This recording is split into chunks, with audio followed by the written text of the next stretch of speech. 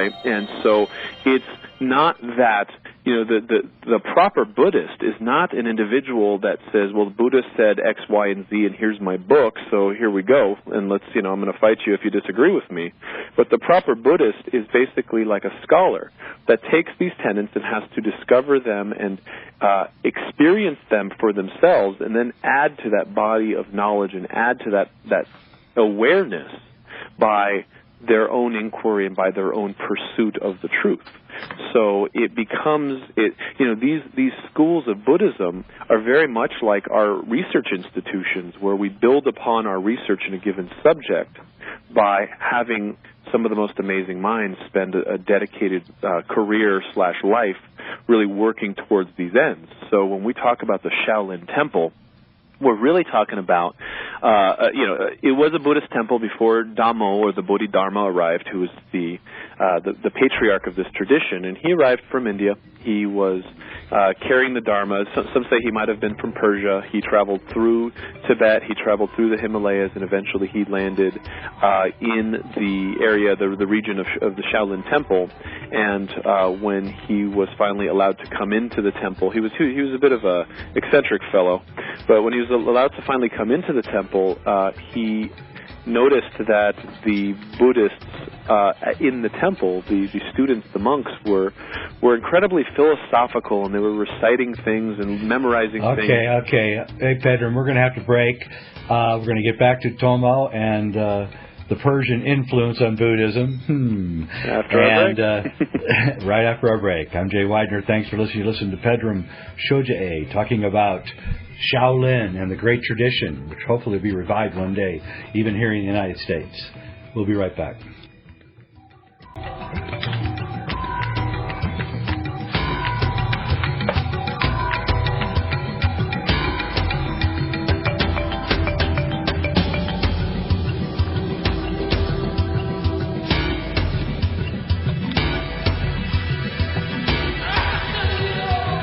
And we're back with Pedram Shoja'e and his new video, Alchemy of Qigong from Sacred Mysteries, 3 parts, shot on a cliffside overlooking the Pacific Ocean at Big Sur. Not only probably one of the most beautiful videos ever made, but I would think one of the most informative that I've seen, and believe me, I've seen them all. So, Pedram, let's get back to Tomo and what he did. He came in from somewhere in the West and entered in probably from Persia. He looks Persian, sort of. And he came in and he did what? Well, the first thing he noticed was that the monks were weak. They had fallen into this complacency of reciting their mantras and doing their day-to-day tasks, and they really didn't have the vitality or the chi, the essential energy to carry through any of the Dharma in the real world. And so what he did is he brought the heaven and earth together in a way. In essence, he took all this philosophical, abstract information and said, no, you guys are getting it all wrong. You need to become the embodiment of this Dharma. You need to be the balance that you're trying to study. And so what he did is he developed a series of yoga-like postures and moves, which today we call Qigong.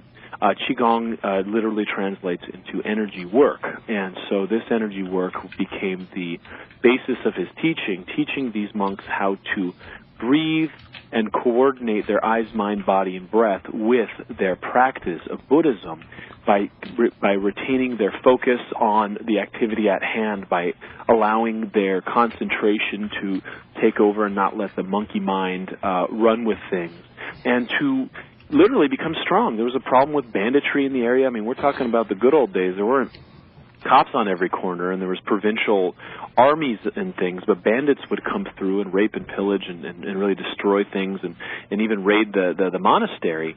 And so what he did is he created this tradition of warrior monks.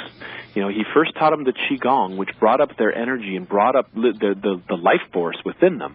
And then from there, the martial arts tradition of the Shaolin lineage really started to blossom. They became the warrior monks, the good guys in the ancient world. That's why, as you'd mentioned before, Lucas had modeled his Jedi Knights and the story of these Jedi Knights very much, to some extent, after the Shaolin Temple. Now, we know there was the Guardians of the Pillar of Jed in Egypt. So, Lucas obviously borrowed from ancient metaphor here and there to create a wonderful storyline, which is the closest thing to mythical religion my generation had grown up with.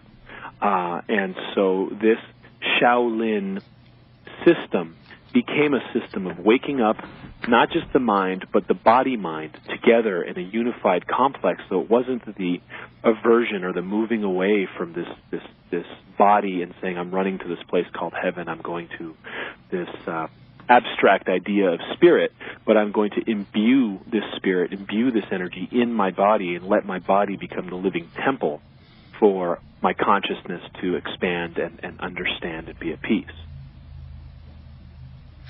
Yeah. Indeed. So let's get to the part that makes some people uncomfortable about all this, which I actually find to be the most intriguing, which is the Kung Fu part. And I want to get back to this thing because I had not realized until I read this book. Most students of history know about the Boxer Rebellion, which took place in the early 20th century, where the Chinese basically threw out the British and the Dutch and the French and everybody else that was selling drugs and destroying their culture.